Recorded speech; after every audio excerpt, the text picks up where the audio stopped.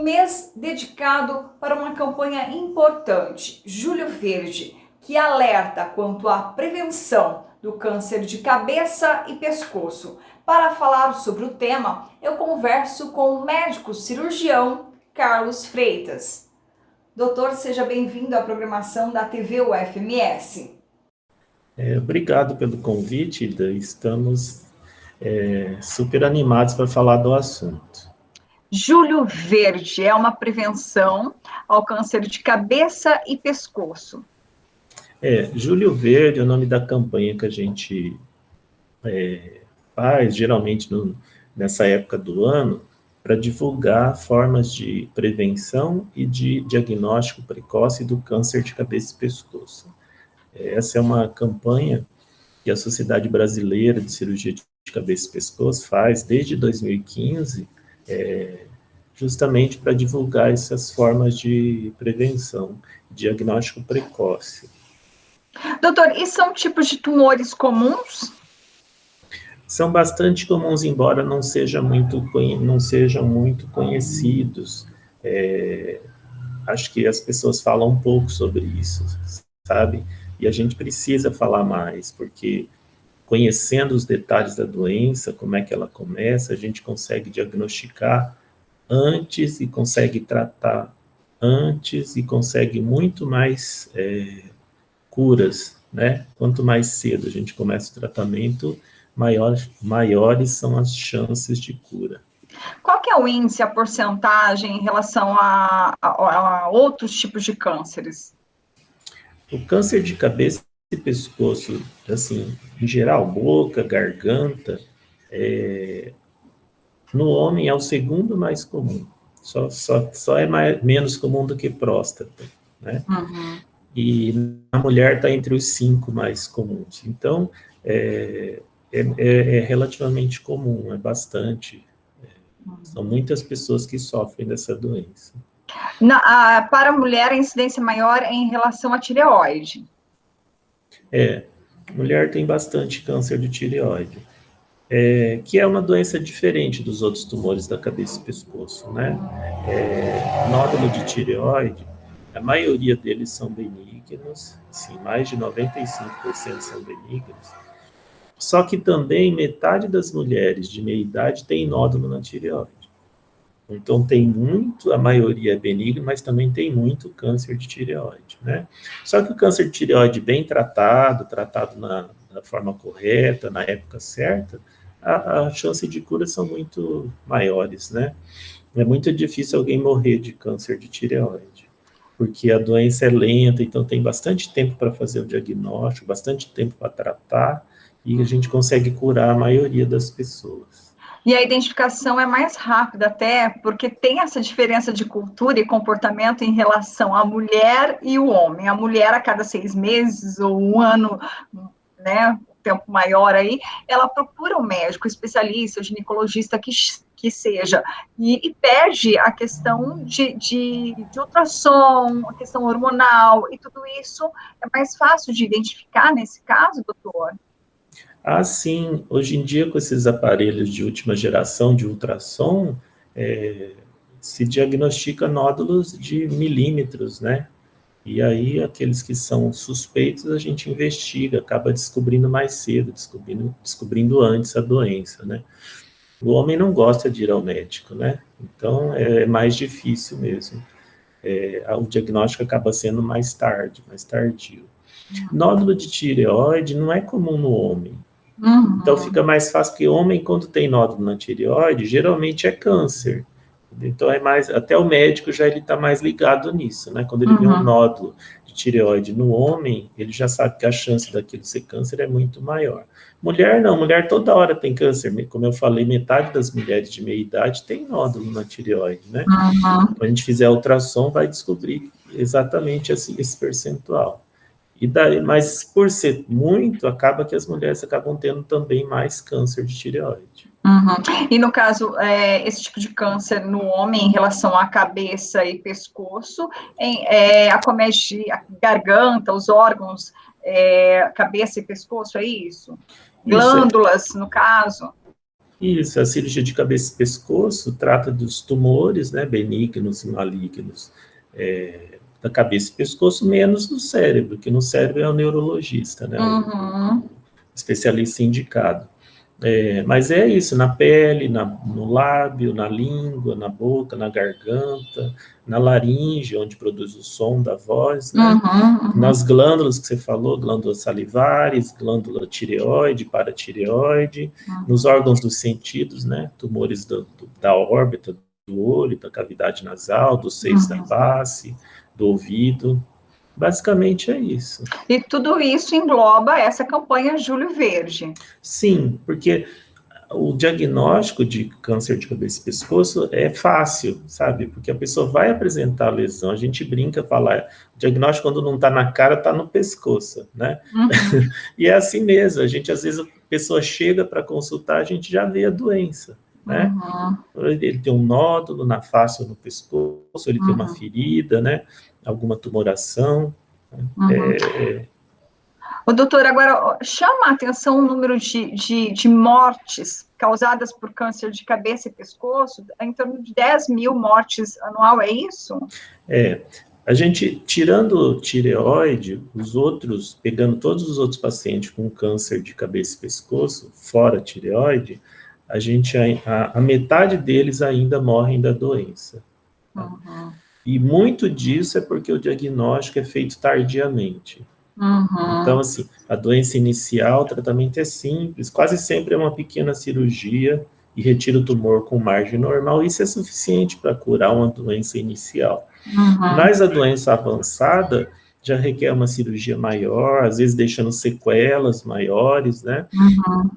Precisa quase sempre de outros tratamentos associados, como radioterapia, quimioterapia. Depois tem toda a parte de reabilitação, né, que durante todo o tratamento o paciente vai precisar.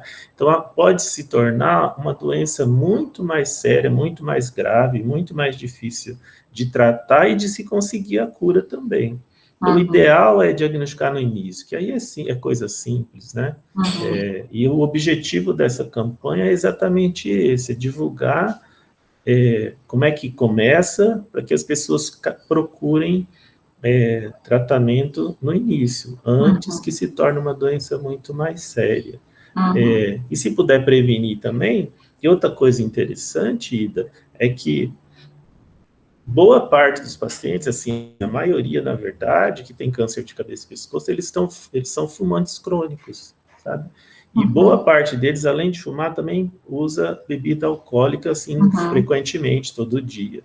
Então, juntar cigarro já aumenta muito a chance dele ter câncer de cabeça e pescoço.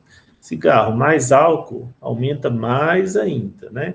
E ultimamente ainda entrou nessa turma aí que produz câncer de cabeça e pescoço, o vírus HPV. Então, aumentou bastante os casos de câncer de garganta, de orofaringe, de pessoas que não fumam, pessoas mais jovens, inclusive, né? Que começaram a apresentar câncer e a gente foi pesquisar o HPV e começou a encontrar em uma boa parte deles. Uma boa parte mesmo, assim, 20, 30, até 40% dos casos de câncer na garganta, na orofaringe, são provocados pelo HPV. Ô, doutor, isso você falou em relação a sinais, né? São feridas, rouquidão também chama atenção. Quais são os primeiros sinais desse tipo de câncer? O câncer de cabeça e pescoço, ele começa com uma úlcera, ou uma ferida, ou uma afta, tá? Lembrando que todos esses sintomas, eles se tornam importantes quando a duração passa de 2 semanas. Porque antes disso, pode ser uma doença benigna ainda, né? Então, se tem uma ferida, uma úlcera, se tem uma dor para engolir persistente, se tem mudança de voz, né? A voz fica rouca, fica mais fraca, ou se tem um caroço na face, e esse caroço no início ele não é doloroso, então, às vezes as pessoas ficam esperando sentir dor para achar que é alguma coisa grave, mas não é assim. Câncer no começo não dói, né? Então, caroço, ferida, úlcera, dor para engolir, mudança na voz, pode ser o início de um câncer de cabeça e pescoço, se a duração for maior que 2 semanas. E procurar, qual que é a indicação? Procura direto um especialista ou um clínico geral faz esse encaminhamento e encaminha, direciona, né, para um especialista, para um hospital do câncer? Assim, geralmente o médico, qualquer médico, né, ele está habilitado para, pelo menos para suspeitar e poder dar um encaminhamento certo para o caso. Tá? O dentista também ajuda-nos bastante nessa parte, porque ele vê muita boca, então existem algumas lesões de boca que elas podem desenvolver câncer, então o dentista ele trata isso antes que aquilo venha produzir um câncer na boca, por exemplo. E são lesões simples, são fáceis, umas placas que pode ser branca, que a gente chama de leucoplasia, uma placa vermelha a gente chama de eritroplasia. Basicamente não sai disso, né? Às vezes o dentista vê essas lesões, ele faz um tratamento no próprio consultório, retira aquelas lesões e evita que aquilo evolua para câncer, né? Como é que a pessoa que está com uma suspeita, então, se consulta no SUS, por exemplo? Então, ela procura o médico da unidade básica de saúde, ele vai avaliar, se for um caso que pode ser câncer de cabeça e pescoço, ele vai solicitar uma avaliação no Hospital do Câncer, na oncologia. Lá no hospital é feita uma triagem, ele já vai para o grupo o médico que faz a triagem já vê, já pede os exames, já faz uma biópsia para confirmar ou não, e já encaminha para o médico especialista para realizar o tratamento. E importante é que isso, apesar de ser SUS, costuma ser rápido, porque câncer não espera, né? Então, quando o médico pede lá na unidade básica uma avaliação na oncologia, essa consulta rapidamente marcada, não demora como normalmente demora as consultas do SUS, não.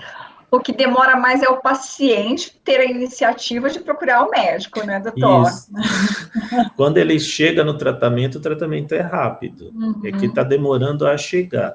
Isso foi bastante atrapalhado, vamos dizer assim, piorado com esse negócio da pandemia, né?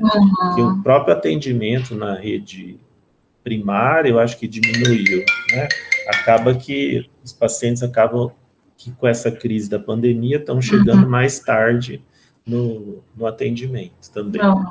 Então, assim, de tudo, o diagnóstico precoce é importante para seguirem os protocolos de atendimento, de tratamento mesmo, né? Radioterapia, químio, às vezes retirada do órgão também, né, doutor?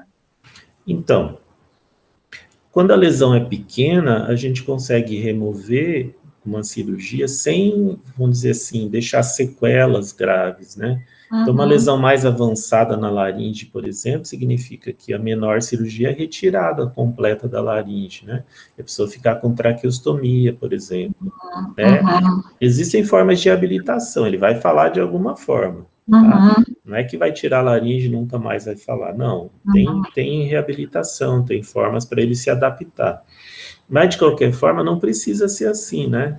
E o mais importante é a chance de cura, né? Uma lesão inicial, a chance de cura é mais de 90%. Ou seja, tem sucesso, né? Tem tratamento, quase sempre tem sucesso, tem muitas chances de cura, depende do estágio em que a pessoa chega para o tratamento. Às vezes, tem gente que chega que a gente não tem como oferecer nenhum tratamento com intenção curativa. Assim, vai tratar dele no tratamento paliativo, para dor, os cuidados normais, para alimentação, né? Mas, assim, com intenção curativa, tem um tempo para a gente poder oferecer. E, às vezes, as pessoas chegam no hospital, no tratamento, já num estágio que a gente não tem mais essa possibilidade. O doutor, é uma situação para estudar, né, para fazer essa pauta, esse bate-papo, eu encontrei depoimentos, né, de pessoas que usam a laringe eletrônica, né, justamente porque o câncer acometeu o órgão e teve a retirada, e isso prejudica as cordas vocais, então, se tem alternativas na medicina, né? Sim, são as formas de habilitação, né? Eu falei. Então, a pessoa que perde a laringe por um câncer, ele pode falar com a laringe eletrônica, aquele aparelhinho, né? E a pessoa a pilha, ele encosta no pescoço, produz um som, e aí, através dos movimentos da boca, do lábio, da língua, ele molda aquele som e ele consegue falar assim. Existem outras formas. Tem uma prótese que a gente instala, né, lá dentro, quando faz a cirurgia, retira a varinha e já instala uma prótesezinha lá dentro, que é por onde vai passar e vai fazer o som para ele poder falar. Né? E existe também uma técnica que o fonoaudiólogo desenvolve com o paciente, que ele pode falar sem laringe. A gente chama de voz esofágica. É como se ele deglutisse um ar e antes do ar entrar para o estômago, ele volta com o ar produzindo som, sabe? Uns 20% a 30% dos pacientes conseguem falar sem laringe. A gente tem alguns pacientes e a voz fica muito interessante, sabe? Ele não precisa de aparelho nenhum, é uma habilidade que ele desenvolve para falar. Mas, infelizmente, essa técnica nem todos conseguem desenvolver. Mas aí, quando não, a gente tenta primeiro essa técnica, mas se ele não consegue, a prótese que a gente instala, ela tem um problema que ela não tem disponível no SUS, e precisa ficar sendo trocada a cada 6 meses. Então, muitos pacientes não têm condição, né, de manter esse gasto. E a outra opção é a laringe eletrônica, que agora, inclusive, passou a ser fornecida pelo SUS. Até pouco tempo não era, né? Que é, assim, a terceira opção. Então, aqueles que não conseguem a voz natural, não têm condição de colocar a prótese instalada, aí ele usa a laringe eletrônica, que é a que você viu. Olha, e que conquista, né? Pode ser agora ofertada pelo SUS. Exatamente. Já foi aprovado, já tem lei para isso, então a gente acredita que essas coisas demoram, né? Acho que já tem alguns meses que isso foi aprovado e não chegou na prática ainda, mas depois que é aprovado, costuma acontecer. E aí vai ficar mais fácil, né? Doutor, essas campanhas como Julho Verde conseguem atingir exatamente esse esclarecimento para que a população, em qualquer sinal da doença, procure o médico? É esse o objetivo, esse né? É o objetivo. Sim, a gente costuma, assim, nessa época de julho, costuma aumentar a procura de pessoas com lesões para esclarecimento, né, para saber. Às vezes não é a própria pessoa que assistiu, mas ele conhece alguém, indica, sabe? Então, o objetivo é esse.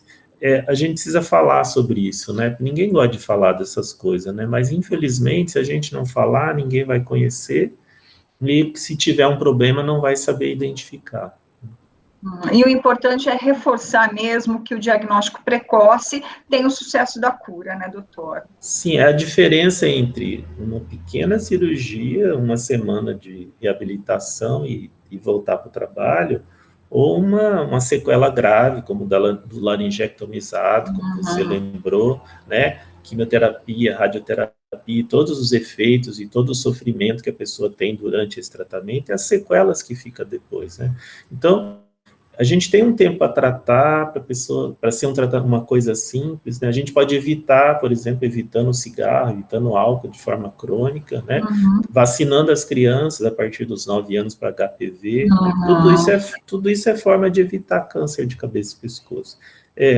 Se mesmo assim tiver a doença, o quanto antes tratar, melhor. O tratamento é menor, mais simples, mais barato para quem vai pagar, né? E muito menos sequelas. E essas são as recomendações, né, doutor? Evitar cigarro, álcool, ter uma qualidade de vida, se vacinar contra HPV, qualidade de vida. Exatamente. E se aparecer um nódulo, mesmo que indolor, que passou de 2 semanas e não regrediu, uma afta, uma ferida na pele, na boca, né, na língua, na garganta, dor ou dificuldade para engolir, mudança na voz, né, rouquidão, procurar o quanto antes. Procura o médico da confiança e se ele achar que pode ser câncer, ele vai saber dar o encaminhamento certo para chegar até o especialista e fazer o tratamento. O quanto antes isso for feito, menor vai ser o tratamento, maiores serão as chances de cura. Doutor, muito obrigada pela sua participação aqui na programação da TV UFMS. Imagina, eu que agradeço o apoio de vocês. Vamos falar sobre isso, que a população precisa saber para se por acaso, tomara que ninguém precise, né, mas se alguém precisar, procurar o quanto antes. Doutor, obrigada pela participação aqui na programação da TV UFMS. Obrigado, até logo. O tema do programa de hoje foi sobre a campanha Julho Verde, que faz um alerta quanto à prevenção do câncer de cabeça e pescoço. Eu conversei com o médico cirurgião Carlos Freitas. O programa Entrevista fica por aqui. Até o próximo.